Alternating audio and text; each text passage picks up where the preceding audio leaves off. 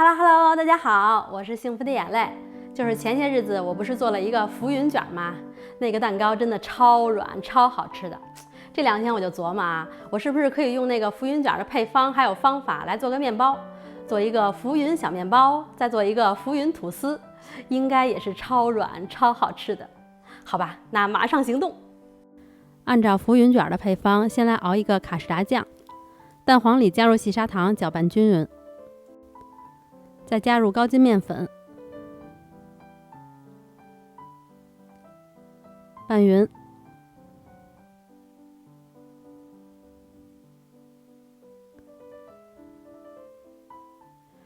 稍微有点稠没关系的。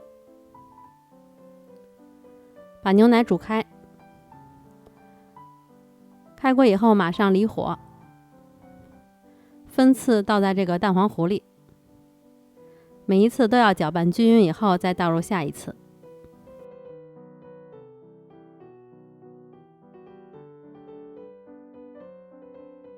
直到把牛奶全部倒进去，全部拌匀，然后再把它倒回奶锅里。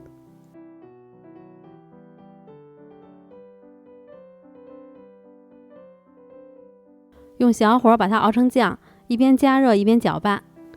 其实这样就等于是做了一个汤种面包，只是这个汤种的材料不太一样。这个酱熬的时候，它的状态就没有那么严格了，稀一点稠一点都无所谓。如果稠了呢，揉面的时候可以多加点牛奶；如果稀了，揉面的时候就可以少加点牛奶。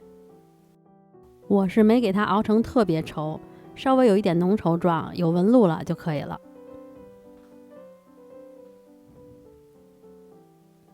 就这个样子就行了。然后我给它过了一下筛，其实过筛不过筛都可以，你可以看一下你那个酱的状态。如果里边看到有小疙瘩，最好就过一下筛，因为怕这个小疙瘩揉面的时候揉不开。给它盖好，放到冰箱里冷藏或者冷冻都可以，一定要等它完全凉透了才能揉面。等卡士达酱完全凉了以后，就把这些材料一起都放进揉面缸里。我放的糖量稍微有点多，我是按照甜面包做的，不想吃太甜可以减点糖。像这个配方里的炼乳呀、奶粉呀，如果没有的话也可以不放，放了会增加奶香味儿，不放呢也没事儿。除湿机5档揉10分钟，揉到这样8分筋的状态，然后再加入软化的黄油。看我这黄油量跟浮云卷的配方都一样。先用3档揉3到5分钟，等看不到黄油了再转5档揉1到3分钟，这个还挺好出模的。最后揉到这个状态就可以了，破洞光滑，没有锯齿或者有非常少量的锯齿。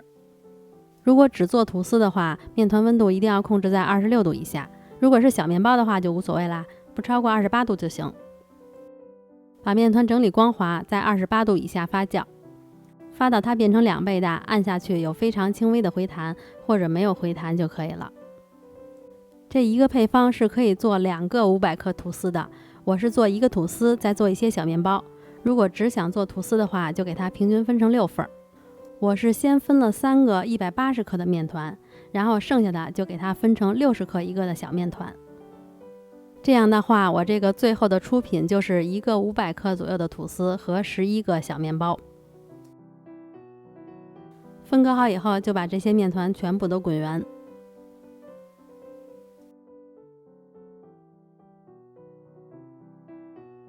我感觉我这个手有点小，小面团用1只手可以滚圆，大的就只能2只手了。表面如果有大气泡的话，就给它拍一拍，拍掉，然后25度松弛30分钟。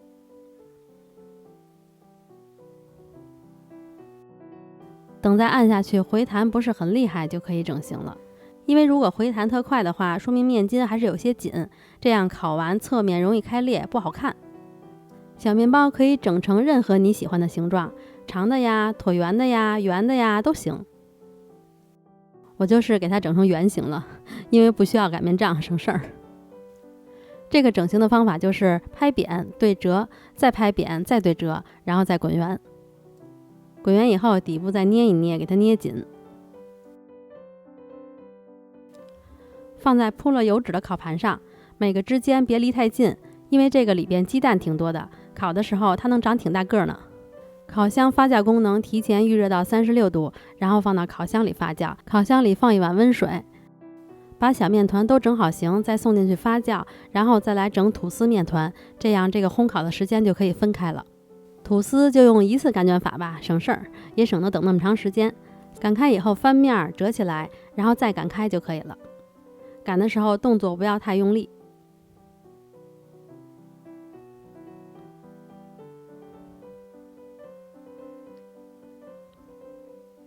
然后可以看一下上下两头哪边宽，宽的放在底下。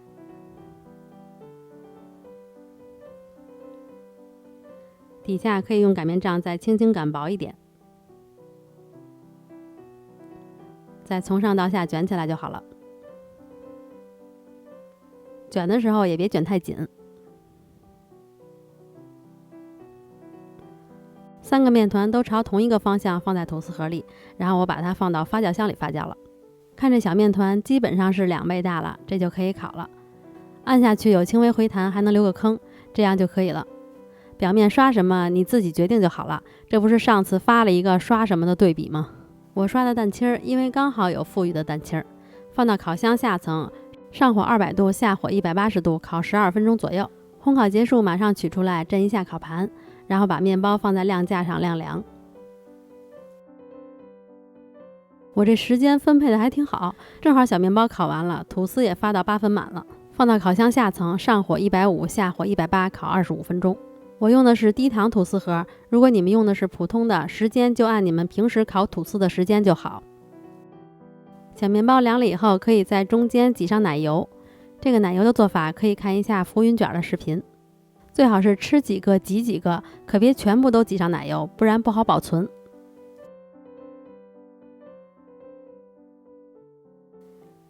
还挺可爱的吧？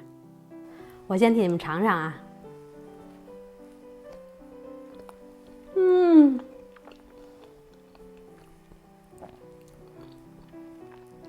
果真没让我失望呀！这个面包真的非常软，奶油口感非常的清新，还有淡淡的香草籽的味道。面包混合奶油，香草籽的后味还很甘甜，这多重口感简直绝了！这个面包我非常满意，你们一定要试一试。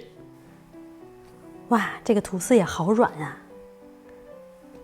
相当有空气感，拉丝效果也不错哦。吐司切片以后，那也是相当的软呀。